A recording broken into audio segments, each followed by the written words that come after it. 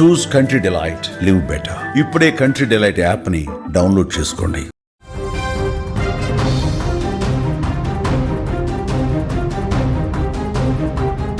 ఇద్దరిది ప్రేమ వివాహం. ఇష్టపడి ప్రేమించి పెళ్లి చేసుకున్నారు. వారికి ఇద్దరు బిడ్డలు.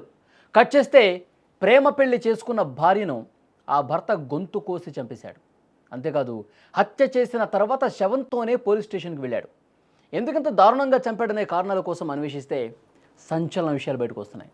పల్నాడు జిల్లా రొంపిచెర్ల మండలం మాచవరం గ్రామంలో ఈ దారుణ ఘటన జరిగింది. బాపట్ల జిల్లా సంతమాగులూరు మండలం ఏల్చూరు గ్రామానికి చెందిన అల్లడి వెంకటేశ్వర్లు పల్నాడు జిల్లా రొంపిచెర్ల మండలం మాచవరం గ్రామానికి చెందిన మహేశ్వర్ని ప్రేమించి పెళ్లి చేసుకున్నాడు. వీరికి ఒక కుమార్తె ఉంది, ఒక కుమారుడు కూడా ఉన్నాడు. కొంతకాలంగా భార్య మీద అనుమానం ఎంచుకున్నాడు వెంకటేశ్వర్లు. ఆమెతో తరచూ గొడవ పడుతుండేవాడు. మనస్పర్ధలు వచ్చి మహేశ్వరి గత 2 నెలలుగా పుట్టిల్లైన మాచవరంలో అక్కడే ఉంటుంది 2 నెలల నుంచి. ఆదివారం రోజు మాట్లాడుకుందామని చెప్పి వెంకటేశ్వర్లు భార్య మహేశ్వర్ని బయటికి పిలిచాడు. ఆమెను తన బైక్పై ఎక్కించుకుని రొంపిచెర్ల నుండి విప్పర్ల వెళ్లే మార్గంలోకి తీసుకెళ్లాడు. అక్కడ గొడవపడి ఆమె స్వెటర్కు ఉన్న తాడుతో గొంతు గట్టిగా బిగించి అక్కడికక్కడే స్పాట్లో ఉరితీశాడు, హత్య చేశాడు. ఆ తర్వాత వెంకటేశ్వర్లు అక్కడి నుంచి పారిపోలా. బైక్ పెట్రోల్ ట్యాంక్పై ఉన్నటువంటి మృతదేహాన్ని ఉంచి ఆ బైక్ పెట్రోల్ ట్యాంక్ మీద ఆ మృతదేహాన్ని పెట్టేసి సంతమాగులూరు పిఎస్కి వెళ్ళి లొంగిపోయాడు. అక్కడ పోలీసుల దగ్గర లొంగిపోయి జరిగిన విషయం మొత్తం చెప్పాడు. పోలీసులు ఆమె ప్రాణంతో ఉందేమో అని చెప్పి వెంటనే హుటాహుటిన ఆసుపత్రికి కూడా తీసుకెళ్లారు. కానీ అప్పటికే ప్రాణం పోయింది. పోలీసులు కేసు నమోదు చేసుకుని దర్యాప్తు చేస్తూ ఉన్నారు. కన్నతల్లి కాటికెళ్ళిపోయింది, తండ్రేమో కటకటాల పాలైపోయాడు. అభం శుభం తెలియని ఆ చిన్నారులు ఇప్పుడు తల్లిదండ్రులు ఉన్న అనాథలుగా మిగిలిపోయినటువంటి పరిస్థితి. కంటికి రెప్పలా కాపాడాల్సిన వాళ్ళే ఈ విధంగా దూరం కావడంతో, ఈ విధంగా హత్యలు చేసి ఇంత దుర్మార్గంగా ప్రవర్తించి ఒకడేమో కటకటల పాలైపోవటం, ఒక తల్లి చనిపోవటం, ఆ బిడ్డల భవిష్యత్తు నిజంగా అగమ్య గోచరంగా తయారైపోయినటువంటి పరిస్థితి ఉంది.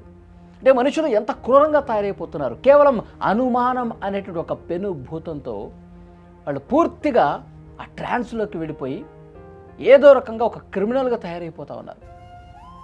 క్రైమ్ చేస్తూ ఉన్నారు. మాట్లాడుకుందామని పిలిచి ఇంటి దగ్గర నుంచి తీసుకొచ్చి ఒక పక్క ప్లాన్తోనే మాట్లాడటం లేదేం లేదు.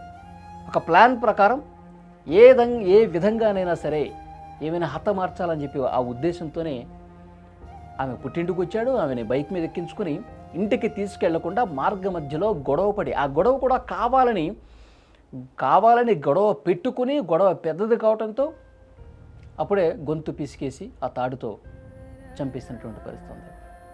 నిజంగా మనుషులు ఎట్లా తయారైపోతున్నారో అర్థమవుతుంది మనకి. అంటే అక్రమ సంబంధాలు పెట్టుకున్నారేమో అని చెప్పి తనకు తానే భావించి అనుమానం పెంచుకొని ఈ విధంగా భార్యను చంపడం అనేది చాలా దారుణమైనటువంటి విషయం. ఈమె కుటుంబ సభ్యులు అలాగే అక్కడ ఉన్నటువంటి స్థానికులు, ఇరుగు పొరుగు వాళ్ళందరూ కూడా వెంకటేశ్వరుని కఠినంగా శిక్షించాలి. ఇక్కడ ఇంట్లో ఉన్నప్పుడు కూడా తీవ్రంగా గొడవ పడేవాడు, అసలు ఆమె తప్పు లేకపోయినా సరే ఆమెను నిందించేవాడు, నానా క్షోభకు గురి చేసేవాడు అని చెప్పేసి అంటూ ఉన్నారు. పోలీసులు అయితే అతన్ని అరెస్ట్ చేసి జైల్లో పెట్టారు. కానీ ఈ విధంగా ఆలోచన చేసి భార్యల్ని కడతీర్చుతున్నటువంటి ఇలాంటి మృగాళ్లను ఎట్టి పరిస్థితుల్లో వదిలేది లేదు. ఇంకా చాలా కఠినంగా శిక్షించాలి. జైలు నుంచి బయటకు రాకుండా పోలీసులు ఆ పని చూసుకోవాల్సినటువంటి అవసరం ఉందని ఈమె తల్లిదండ్రులు, కుటుంబ సభ్యులు చెప్తా ఉన్నారు. ఏం జరిగింది, 5 గంటలప్పుడు వచ్చి అతను ఫోన్ చేసిండు. నేను మటుకు రాను, నువ్వు పిల్లల్ని తీసుకురావు, నన్ను ఏదో చేస్తావు, నేను రాను అంది. అప్పుడు భయపడి మళ్ళీ ఫోన్, అమ్మాయి ఎందుకమ్మా తప్పుడు నీకు ఫోను వద్దులమ్మా పెట్టేయమ్మా అన్న. ఆపి అంత ఛార్జింగ్ పెట్టినాక మళ్ళీ ఫోన్ చేసిండు. మళ్ళీ ఫోన్ చేసి రా, మా వాళ్ళు ఉండారు, మా అక్కాయి వాళ్ళు 2 వచ్చారు, మా బావ ఉండు, రా క్లారిటీ చెప్పి పిల్లల్ని నువ్వు తీసుకొని పోయాను రా అని పిలిపించాక మీ అమ్మ వద్దు, మీ అమ్మ గోల్ చేసిద్ది అన్నాడు. మా అమ్మ గోల్ వేసింది అన్నది. అత్తమ్మ మహాలక్ష్మి లేదా అత్తమ్మ చంపేసిందంట అత్తమ్మ అన్నది. నా గుండె పగిలిపోయిందయ్యా. ఎవరు చెప్పారమ్మా అన్న? మా ఆయన మురళి గారు చెప్పిండు. ఏడనేమన్నారు రా బయలుదేరి నెక్లాట్లు చెప్పు నాకు ఎడాకులు ఇద్దాను రాని అంటే ఆమె నేను దొంగలాగా ఇంట్లో ఎందుకు ఉండాలి నేను మళ్ళీ వస్తానని వచ్చిందమ్మ మేనమాలు ఉండారని ఆ మేనమాలు కలవకుండా తీసపోయిండు అమ్మ ఏడు తీసపోయిండు ఆ మేనమాల కాడికి నేను మళ్ళీ ఆ తలుపులు వేసి మళ్ళీ వచ్చేలేక ఇటు రాలే తప్ప అన్నాడు అమ్మ పిల్లోడు. అబ్బాయి పేరు ఏం పేరమ్మా? వెంకటేశయ్యా అల్లరి. పల్నాడు జిల్లా రొంపిచెర్ల మండలం మాచవరం గ్రామానికి చెందిన మహాలక్ష్మిని 9 సంవత్సరాల క్రితం ప్రకాశం జిల్లా సంతమాగులూరు మండలం ఏల్చూరు గ్రామానికి చెందినటువంటి వ్యక్తికి ఇచ్చి పెళ్లి చేస్తే పెళ్లి చేసినటువంటి క్రమంలో పెళ్లి చేసిన 2 నెలల తర్వాత నుంచి అమ్మాయిని భయంకరంగా వేధించడం, మానసికంగా ఇబ్బందులు పెట్టడాన్ని మరి చిన్నగా వాళ్ళ తల్లిగారు కూడా మధ్యలో ఇద్దరికి చక్కబెట్టే ప్రయత్నం చేయటం, అదేవిధంగా మరి డబ్బులు కొంత సర్దుబాటు చేయటం, అదేవిధంగా బంగారాన్ని కూడా కొంత సర్దుబాటు చేయటం జరిగింది. భార్యని నిత్యం వేధిస్తూ అదేవిధంగా వాళ్ళ ఇంట్లో ఉన్నటువంటి ఈ అమ్మాయి ఆడబిడ్డలు ఎవరైతే ఉన్నారో మహాలక్ష్మి ఆడబిడ్డలు వాళ్ళు కూడా వేధించటం, అదేవిధంగా మహాలక్ష్మి భర్త శ్రీను కూడా ఈమెని మహాలక్ష్మిని లైంగికంగా వేధించడాన్ని గురి చేశాడు.